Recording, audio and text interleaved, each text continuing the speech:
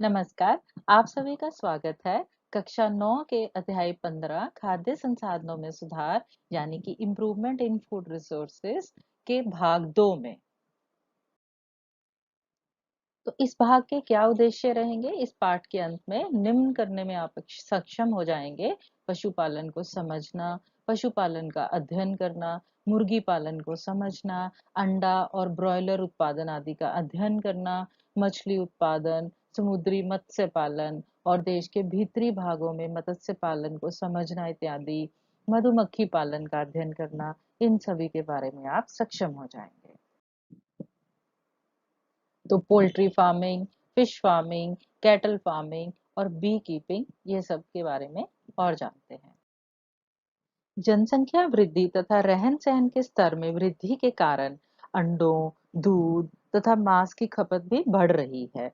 पशुधन के लिए मानवीय व्यवहार के प्रति जागरूकता होने के कारण पशुधन खेती में कुछ नई परेशानियां आती हैं। इसलिए पशुधन उत्पादन बढ़ाने व उसमें सुधार करने की आवश्यकता होती है।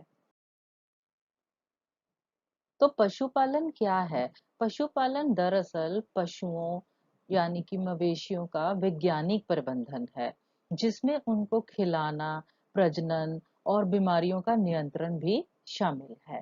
पशु आधारित खेती में मवेशी, बकरी, भेड़, मुर्गी और मछली पालन आदि शामिल होते हैं।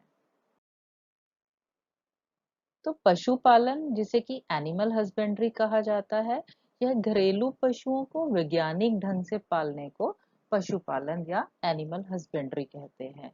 यह पशुओं के भोजन, आवास, नस्ल सुधार तथा रोग नियंत्रण से संबंधित है। हमारी विभिन्न आवश्यकताओं की पूर्ति के लिए पशुओं का पालन ही पशुपालन कहलाता है। पशुओं से प्राप्त होने वाले मुख्यतः पदार्थ अंडा, मांस, दूध, ऊन इत्यादि हो सकते हैं। इसलिए पशुओं को पशुधन भी कहा जाता है। पशुओं से कृषि कार्य भी लिया जाता है, जैसे हल जोतना, सिंचाई करना, बोझा ढोना इत्यादि। जैसे हमने पहले ही बात करी कि जनसंख्या तथा जीव स्तर के बढ़ने के साथ ही दूध, अंडे, मांस सबकी मांग भी बढ़ रही है। इसके साथ ही पशुओं के मानवीय रखरखाव के लिए भी बढ़ती हुई जागरूकता के कारण भी मवेशियों के पालन में नई सीमाएं खड़ी कर दी गई हैं। तो चलिए पहले सबसे मवेशी पालन को देख लेते हैं। मवेशी पालन क्या है? मवेशी पालन के को दो उद्देश्यों के लिए किया जाता है। आप सोच सकते हो किन के लिए? हाँ, बिल्कुल सही। एक तो दूध के लिए और दूसरे कृषिगत कामों के लिए, जैसे कि हल जोतना, सिंचाई करना, बोझा ढोना वगैरह। भारतीय मवेशियों की दो प्रजातियां हैं: बोस इंडिकस, ये गाय का नाम है, तथा बोस बुबेलिस, यह भैंस का नाम है। दूध देने वाले मादाओं को दुधारू पशी पशु यानी कि मिल्च एनिमल्स, तथा खेती में काम करने वाले पशु सूखे पशु या ड्रॉट एनिमल कहे जाते हैं। यह चीज हम रिपीट कर लेते हैं। तो दो तरह के मवेशी होंगे या मादाएं होंगी: एक तो मिल्च एनिमल या दूध देने वाली मादाएं, और दूसरे पशु जो कि सिर्फ खेती का काम करेंगे, उनको ड्रॉट एनिमल्स। तो इस तरह से आप कैटल फार्मिंग को इन दो मुख्यतः तरीकों में बांट सकते हैं: एक मिल्क की प्रोडक्शन के लिए मिल्च एनिमल्स, और दूसरे खेती का कार्य के लिए एग्रीकल्चर वर्क के लिए। तो आप जानते हैं कि मवेशी पालन का एक उद्देश्य दूध का उत्पादन है। दूध का उत्पादन कुछ हद तक दुग्ध श्रवण यानी कि लैक्टेशन पीरियड पर निर्भर करता है। बच्चे बछड़े के जन्म के बाद दुग्ध उत्पादन की अवधि उस नस्ल पे निर्भर करती है। तो दुग्ध उत्पादन यानी कि लैक्टेशन की अवधि को बढ़ाकर भी दुग्ध उत्पादन को बढ़ाया जा सकता है। ऑफ कोर्स ये दुग्ध उत्पादन या लैक्टेशन अवधि को बढ़ाने की नस्ल को बनाने का काम कोई किसान या पशुपालक नहीं करेगा। यह एक एनिमल ब्रीडर या जिसको आप साइंटिस्ट सोच सकते हैं वो ही करेगा। कुछ विदेशी मोहक नस्लें जैसे कि जर्सी, ब्राउन स्विस आदि, इनका चयन भी लंबे लैक्टेशन अवधि के कारण ही किया जाता है। मतलब एक बछड़े के जन्म के बाद के उपरांत यह लंबे देर तक दूध दे पाती है। इसका अर्थात इसका मतलब है लैक्टेशन पीरियड या लैक्टेशन अवधि। जबकि जो स्थानीय नस्लें हैं जैसे कि लाल सिंधी, साहिवाल, इन सब में भी कुछ ना कुछ अच्छा है। वो अच्छा क्या है कि इनकी बीमारी के लिए प्रतिरोधक क्षमता जबरदस्त होती है। तो आप समझ सकते हैं कि हमें ज्यादा दूध या ज्यादा अवधि तक दूध भी चाहिए, तथा हमें बीमारियों के लिए प्रतिरोधक क्षमता भी चाहिए। तो इस कारण दोनों तरह की वैरायटीज का वर्ण संकर करवाया जाता है, हाइब्रिडाइजेशन करवाई जाती है, ताकि हमारी वैरायटी के अंदर हमें दोनों के ही वांछित गुण मिल पाए। तो आपको ये ध्यान रखना है कि गाय का नाम बॉस इंडिकस तथा भैंस का, बफलो का जो साइंटिफिक नाम है वो बॉस बुबेलिस है।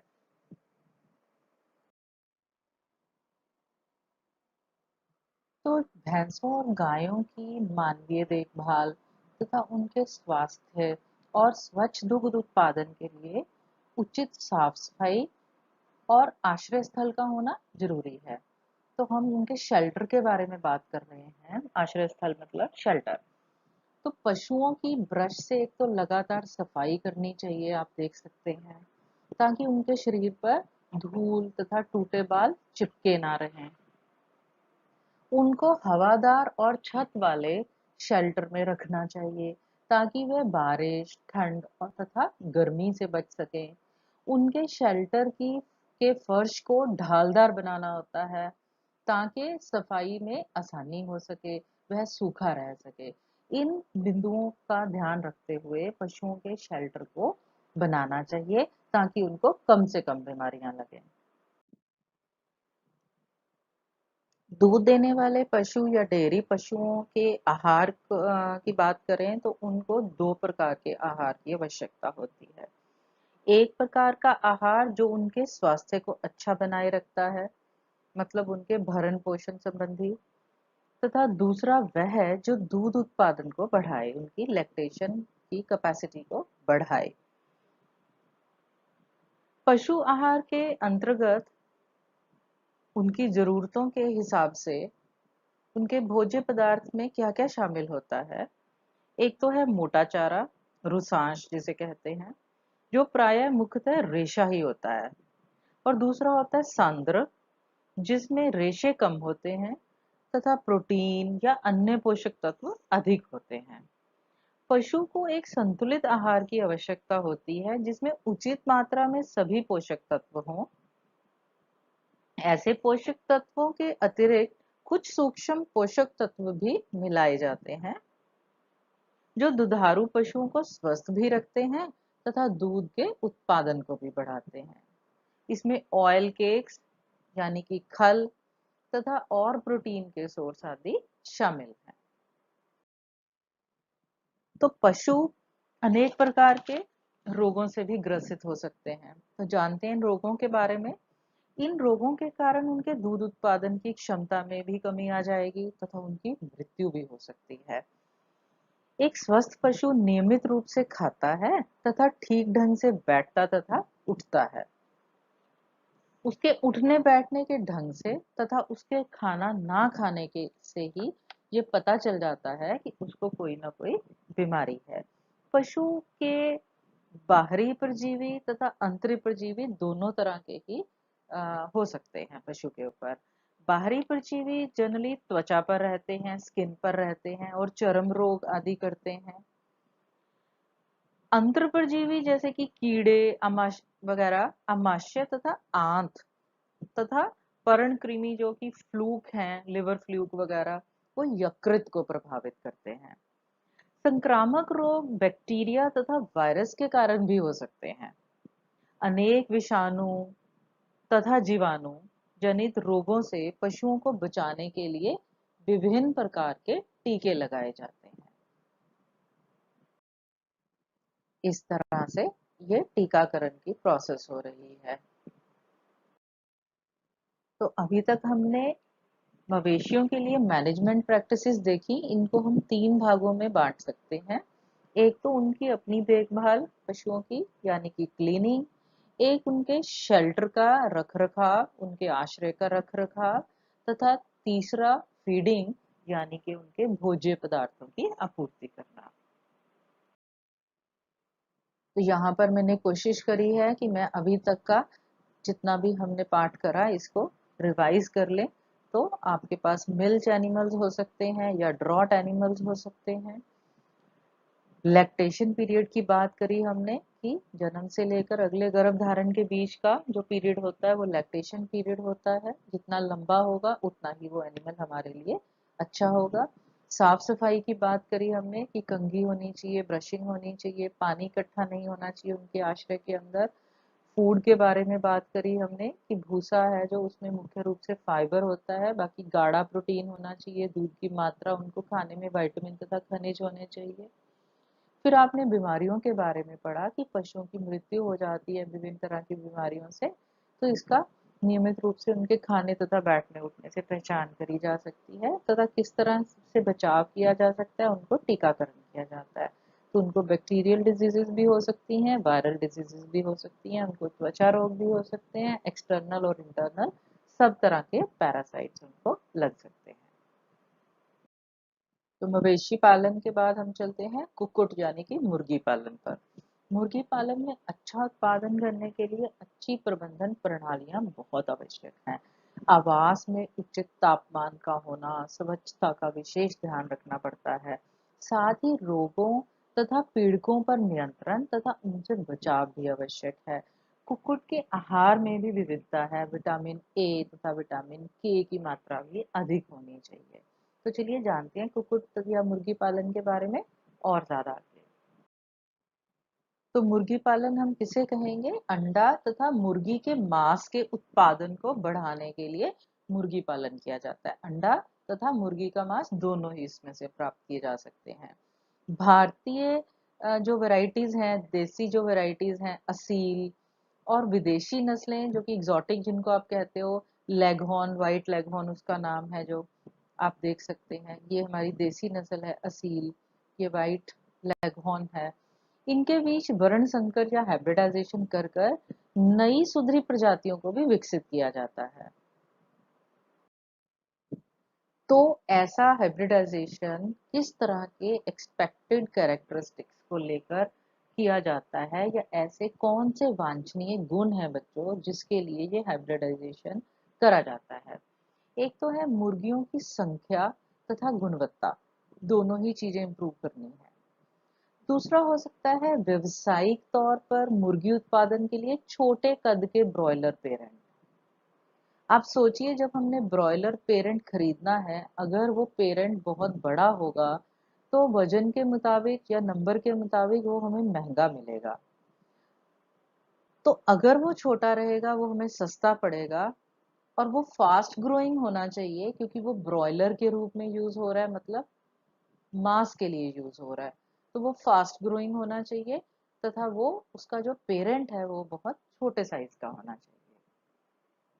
अगला कैरेक्टर है गर्मी से अनुकूलन की क्षमता, ऊंचे तापमान की प्रतिरोधक क्षमता। आपने कई जगह पर पोल्ट्री फॉर्म्स अगर देखे होंगे तो उसमें शायद नोटिस किया होगा कि आजकल तो बहुत ही अच्छे टेम्परेचर कंट्रोल वाले पोल्ट्री फॉर्म भी मिलते हैं, क्योंकि मुर्गियां जनरली थोड़े गर्म तापमान पर बहुत जल्दी बीमार पड़ जाती हैं, उनको बहुत सारी बीमारियां जल्दी लगती हैं। और बच्चों जानते हो कि कुछ बीमारियां तो ऐसी हैं कि एक रात के अंदर ही पूरे का पूरा पोल्ट्री फार्म तबाह हो सकता है। तो इसलिए इनके अंदर गर्मी से अनुकूलन की क्षमता की बहुत आवश्यकता है, ये एक डिजायरेबल ट्रेट है। उसके बाद है लेस मेंटेनेंस की, उनकी देखभाल की कम से कम जरूरत पड़े, ये भी तो एक कैरेक्टरिस्टिक आप सोच सकते हो, बहुत सारी मैन पावर इसी चीज में ना लगानी पड़े।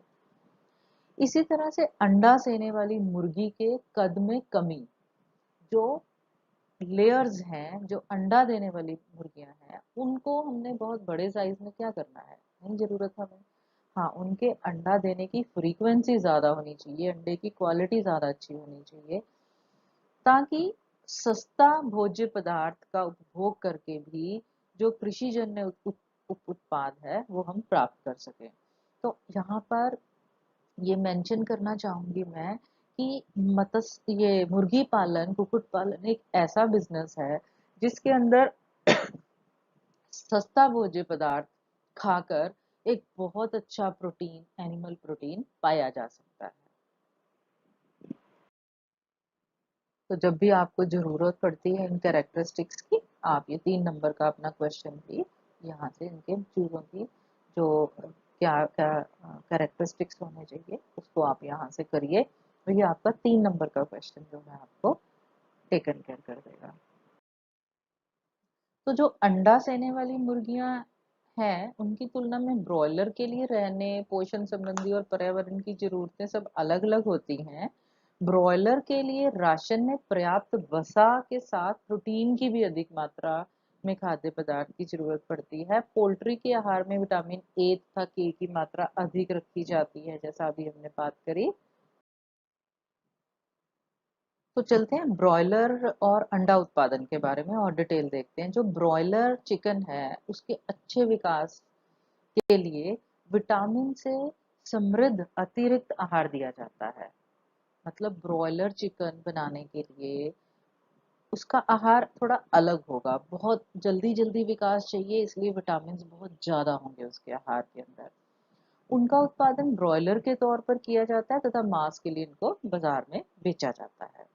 जबकि बेहतर कुक्कुट पालन के लिए अच्छे प्रबंधन की भी जरूरत होती है। तापमान का नियंत्रण हमने अभी बात करी, स्वास्थ्यकर दशा को शामिल रखना, जिसके साथ ही बीमारियों, विषयों के रोकथाम के लिए नियंत्रण में रखना भी शामिल है। जो रख रखाव के लिए वहां पर मैन पावर भी है, लेबर भी है, उनको भी ट्रेनिंग दी जाती है कि वो जल्दी से जल्दी कोई भी बीमारी ग्रस्त अगर चूजा है या कोई भी इस तरह का जानवर वो देखते हैं तो जल्दी से जल्दी उसको आइसोलेट कर दें, अलग कर दें, ताकि यह बीमारी पूरे पोल्ट्री फार्म में बहुत जल्दी फैले नहीं। जीवाणु, विषाणु, कवक, परजीवी तथा पोषणहीनता, इन सब कारणों के करके मुर्गियों में कई प्रकार के रोग हो सकते हैं। इसके लिए नियमित रूप से रोगाणुनाशी पदार्थों का छिड़काव आवश्यक है तथा मुर्गियों को संक्रामक रोगों से बचाने के लिए टीका लगवाना चाहिए, जिससे महामारी से वो ग्रस्त ना हो सके। इन सावधानियों के बरतने से रोगों में के फैलने की दिशा में कुक्कुट को न्यूनतम हानि होती है तथा पोल्ट्री फार्मर अपना पूरा का पूरा लाभ अपने पोल्ट्री फार्म से उठा पाता है। तो चलिए चलते हैं इससे अगले तरह के पशु पालन पर, जिसका नाम है मत्स्य उत्पादन, यानी कि मछली उत्पादन, या आप इसको फिश फार्मिंग भी के नाम से भी जानते हैं। मछली प्रोटीन का बच्चों एक बहुत अच्छा स्रोत है।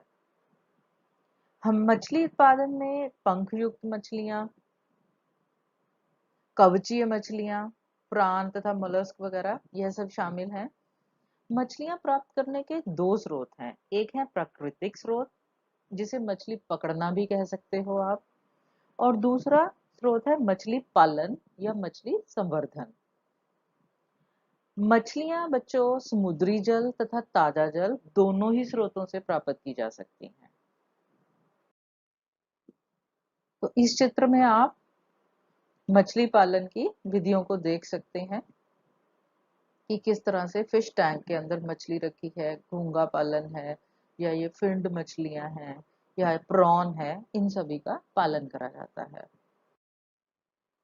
तो मछली या तो प्राकृतिक स्रोत से मिलती है, इसे बच्चों हम कैप्चर फिशिंग कहते हैं।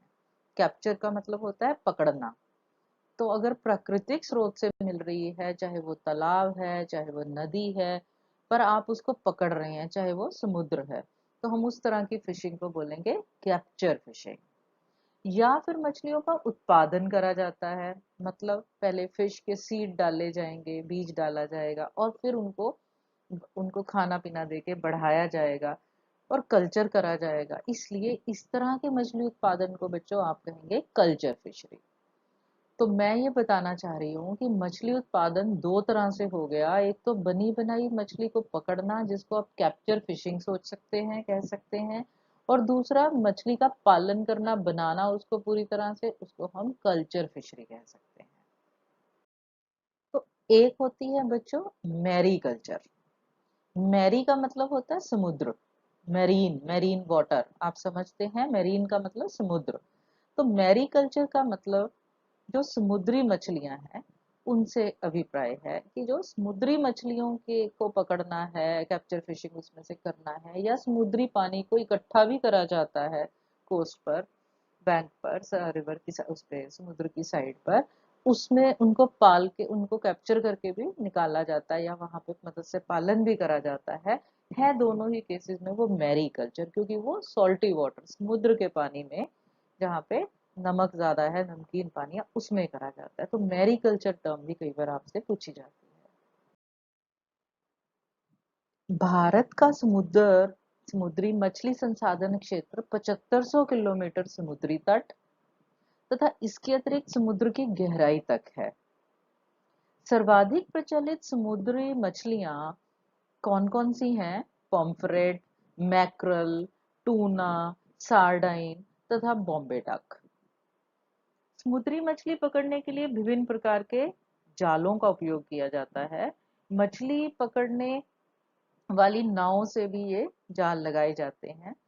सैटेलाइट तथा प्रतिध्वनि गंभीरता मापी से खुले समुद्र में मछलियों के बड़े समूहों का पता लगाया जा सकता है तथा इन सूचनाओं का उपयोग करके मछली का उत्पादन बढ़ाया जा सकता है। तो बच्चों इसका मतलब यह है कि सैटेलाइट से हमें पता चल जाता है कि ज्यादातर मछलियों के स्कूल, मतलब मछलियों के झुंड कहाँ से कब पास हो रहे हैं।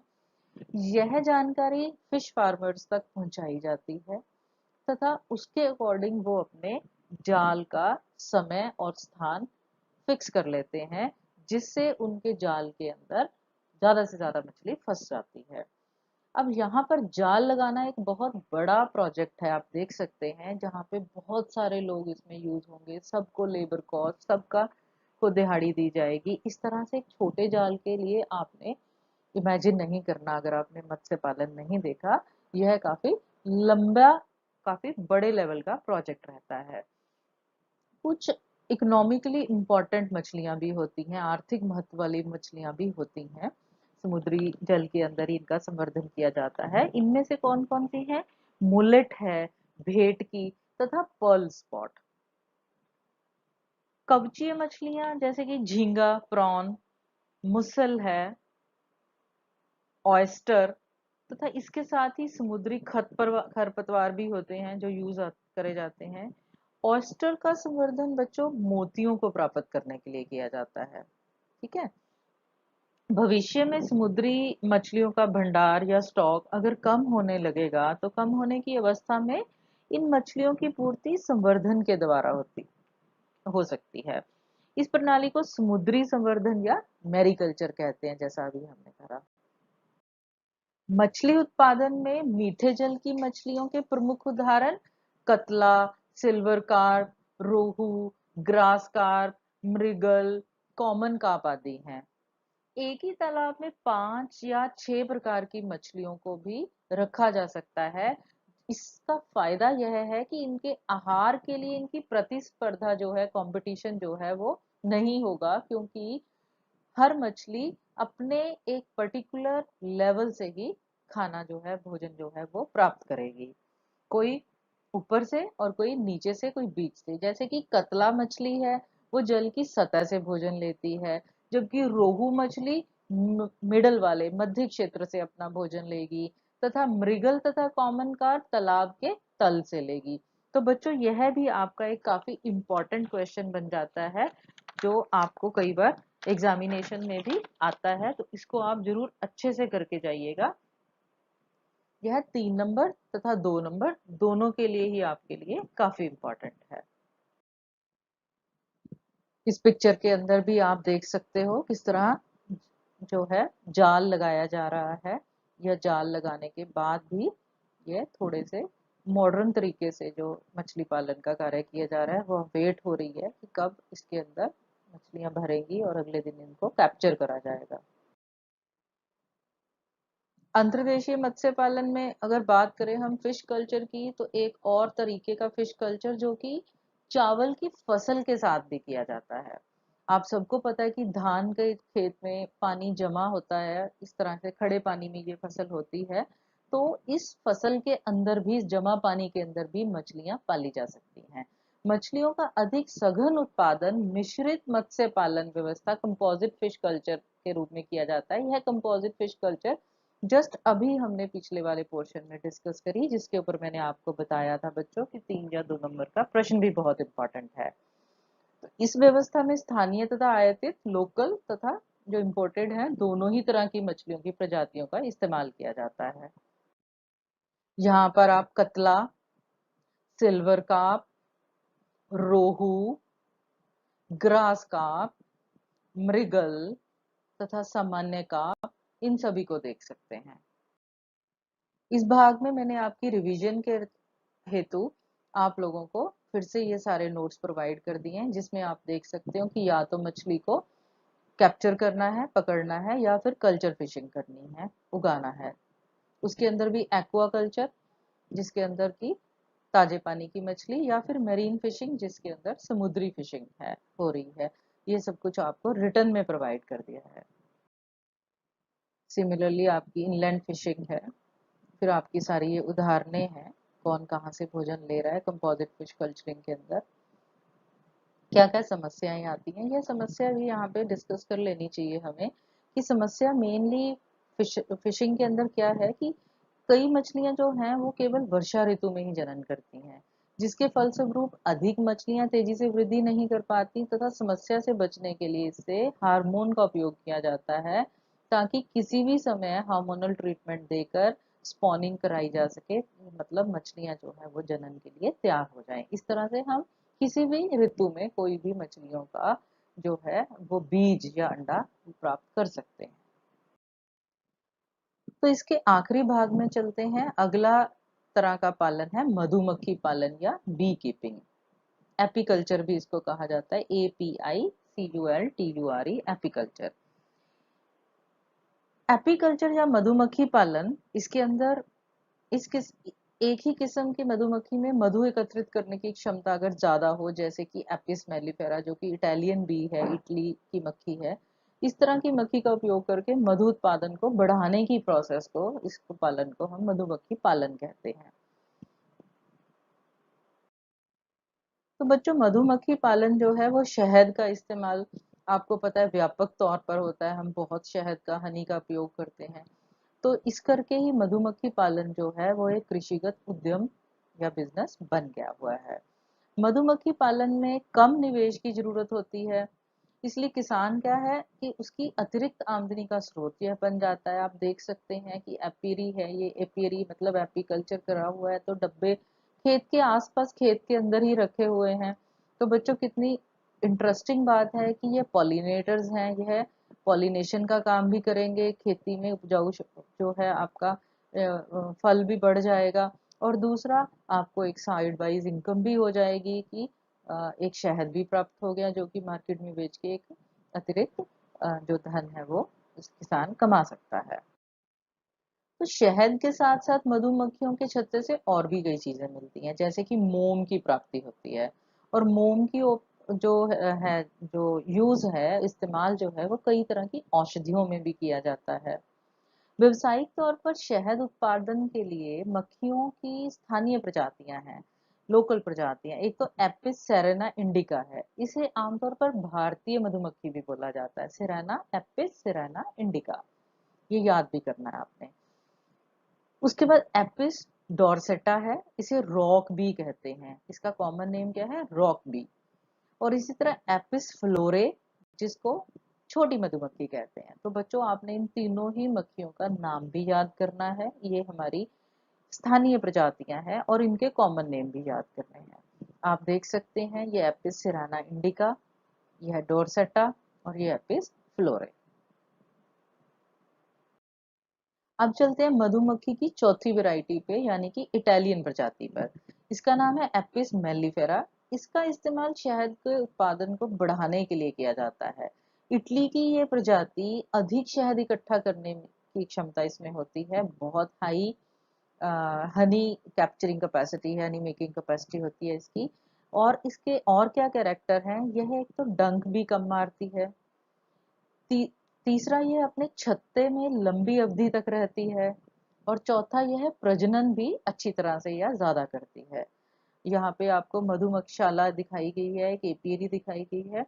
तो बच्चों यहाँ से एक आपके पास 2 नंबर का और प्रश्न बनता है जिसपे आपने ध्यान देना है, वो है कि कई बार आपसे पूछ लिया जाता है कि ज्यादा शहद का उत्पादन करने वाली मक्खी का नाम बताएं तथा उसके क्या क्या कैरेक्टर हैं, उसके क्या क्या खासियतें हैं। तो ये 4 पॉइंट आपको उसके अंदर देने हैं। एपिस मेलिफेरा इस मक्खी का नाम है। व्यवसायिक तौर पर शहद के उत्पादन के लिए मधुमक्षाला बनाई जाती है, एपिरी बनाई जाती है, जो भी आपने पीछे देखी भी है। शहद की गुणवत्ता किस पे डिपेंड करती है? उनको मधुमक्खियों को किस तरह का चारा दिया गया। अब उनका चारा तो परागकण है, पॉलन है।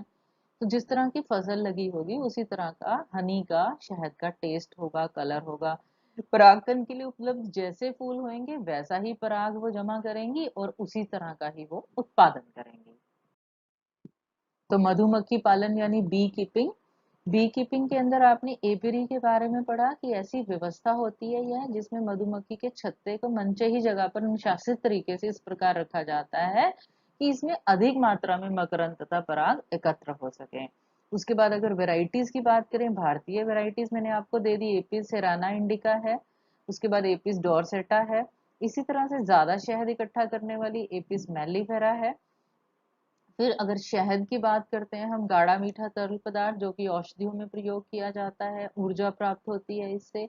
और अगर पास्चरेज की चरागाह की बात करें कि जहां पर मधुमक्खी जो है मधु एकत्रित करती है, जिन पुष्पों से मकरंद तथा पराग एकत्रित करती है, वो उसकी पास्चरेज है। तो शहद की गुणवत्ता उस पास्चरेज पे ही डिपेंड करती है। तो बच्चों हमने जो भी सीखा है उसे संक्षेप में दोहराते हैं। खेती वाले मवेशियों को उचित देखभाल और प्रबंधन, उनके आश्रय, आहार, प्रजनन तथा बीमारी नियंत्रण की आवश्यकता होती है। मुर्गी पालन घरेलू मुर्गियों, चिड़ियों को पोसने के लिए करते हैं। और पोल्ट्री उत्पादन में अंडे उत्पादन तथा मांस के लिए ब्रॉयलर का उत्पादन शामिल है। पोल्ट्री उत्पादन बढ़ाने के लिए भारतीय और विदेशी नस्लों के बीच हाइब्रिडाइजेशन यानी वर्ण संकर प्रजातियों का प्रजनन आदि कराया जाता है ताकि उनकी नस्लें सुधर सकें। अगर मत्स्य पालन की बात करें, मछली समुद्र के साथ ही अंतर्देशीय स्रोतों से भी प्राप्त की जा सकती है। मछली का उत्पादन बढ़ाने के लिए उनको समुद्री तथा अंतर्देशीय पारिस्थितिकी में भी पैदा किया जा सकता है। समुद्री मछलियों को उपग्रहों और इको साउंडर की मदद लेने वाले जाल से पकड़ा जाता है। मिश्रित मत्स्य उत्पादन व्यवस्था आमतौर पर मछली पालने के लिए काम में आ जाती है, कंपोजिट फिश कल्चरिंग। शहद तथा मोम के लिए मधुमक्खियों का पालन किया जाता है। तो बच्चों मैं आशा करती हूँ कि पशुपालन के विभिन्न पहलुओं के बारे में आपको बहुत अच्छे से जानकारी मिल गई होगी तथा कक्षा 9 के विद्यार्थियों को इस भाग 2 के अंदर, एनिमल हस्बेंड्री पोर्शन के अंदर, कुछ भी ज्यादा दिक्कत नहीं आएगी। Thank you so much for watching this video.